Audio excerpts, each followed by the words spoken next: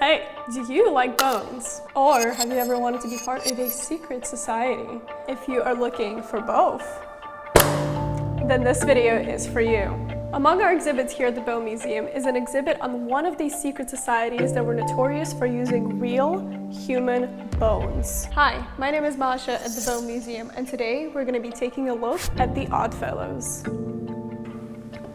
Originating in the 18th century in England, the Independent Order of Oddfellows, or Oddfellows for short, are believed to have come as a differentiation from other fraternal organizations that are rooted in the trades, such as the Freemasons, who are believed to have come from a stonemasonry guild in the medieval ages. The Oddfellows were a group of people that didn't come from the classical trades and would work jobs back then that were considered to be odd, basically the outsiders. As their popularity grew, they quickly spread to Australia, Canada, and where we are right now, the US. The Oddfellows are believed to have come from a medieval guild that focused on helping people during tough times. And that is exactly what they did. Their motto was even friendship, love, and truth.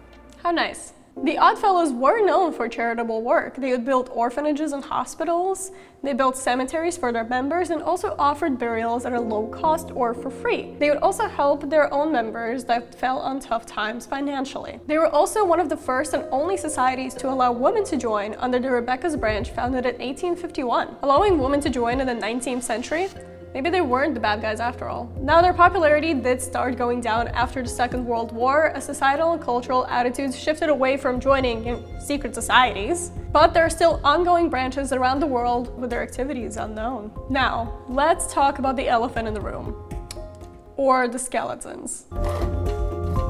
Yes, the Oddfellows did use real medical human skeletons in their practices, but they weren't the only fraternal organization to do so. In fact, at one time it was so widespread for them to do so that medical companies actually started advertising specifically to these organizations. One Illinois company, Demolin Bros & Co., who now sell marching band uniforms, actually started off selling fraternal organization paraphernalia. They would sell ritualistic cloaks, as well as initiation devices such as strict chairs and Ferris wheel goats. And the Oddfellows is just one of the organizations that would purchase from them. And when the Oddfellows would purchase a skeleton, they would sometimes even build a custom coffin for it to be used as storage. How nice of them. Now, there was one Oddfellows lodge that were known to be big pranksters, and in their coffins they would even put a hydraulic system that when you stepped on a lever, the skeleton would jump out at you. Just some silly little fun. There's not a lot that is known about the practices of the Oddfellows, as they were, a secret society,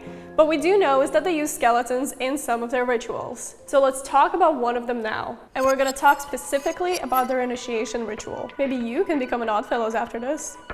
The initiation would start off with the blinding of the initiate with these glasses. Now, these glasses are completely blacked out. If we turn them around, you cannot see anything in them. Now, as you'd notice, these glasses have this little handle here, and actually when you pull on it, it flips the glasses up. Now, just imagine, you don't know anything about these people. You barely know anything about the society at all. And imagine, they put these glasses on you, they bring you into a dark room, and as they flip these up, all you see in front of you is a skeleton. Now, this skeleton here actually has a string attached to the jaw that would make the skeleton talk. Now, unfortunately, we cannot demonstrate this as the string is incredibly fragile, but thanks to some wonderful editing, we can help you imagine.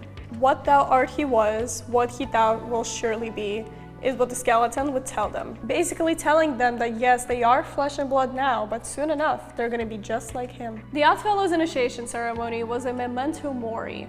It was important for them to know that you only have this one life to live and you should use it for good. The initiation would start with the initiate being blindfolded with these glasses and brought into a dark room called the Lodge of Reflection. If you've ever heard of the term hoodwinked, it's believed to have originated from this Oddfellows practice. These glasses also had high side rims, so you would not be able to see anything that was not directly in front of you. Now, with this history in mind, I'm sure you're wondering, why and how do we have these skeletons here at the museum? Does this make us a secret society? Of course not. We're open to the public Wednesday to Sundays, 11 to 7 p.m. in Bushwick, New York, so make sure to come visit us in person. But back to the first question. These authentic medical/Oddfellow skeletons came from decommissioned Oddfellows lodges. Once the popularity of the Oddfellows started to go down, lodges would gradually get closed and left behind.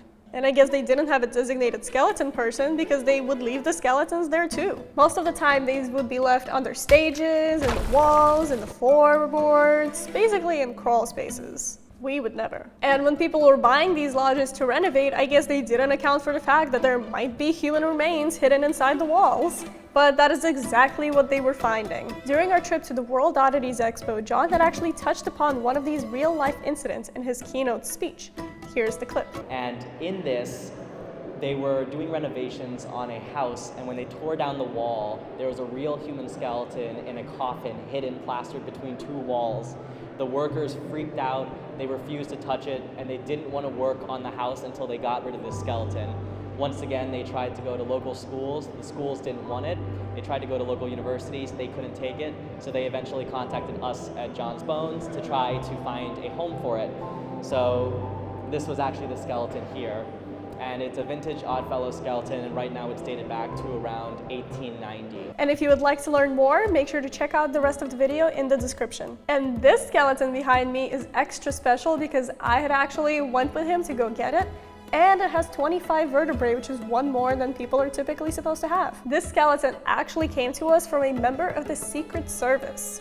His wife is a real estate agent, and her colleague was touring a decommissioned Oddfellows lodge and found this skeleton in the attic. The Oddfellows are not the only secret society who have used real human bones. The Skull and Bone Society in Yale was very notorious for allegedly using real human skulls. And the Freemasons, who everyone has heard of, have also used real human bones in the past as well, specifically the Knights of Templar branch. Here at the Bone Museum, we try to cover as much of the history of the medical bone trade as we can, and that includes also touching upon things that would happen to medical skeletons outside of the trade. Bones have always been seen as taboo, scary, creepy, so the use of them in initiation rituals in secret societies is not that far-fetched. With these pieces now under our care in the Bone Museum, we try to make sure that their story is told, but we don't use them to scare people, we use them to educate. As our mission here is to make bones and their history more accessible to the general public. If you like this video, make sure to like and subscribe, and also check out our other socials for more amazing bone content. And as I've said before, if you want to come see this exhibit and many others for yourself, come visit us in Brooklyn, New York.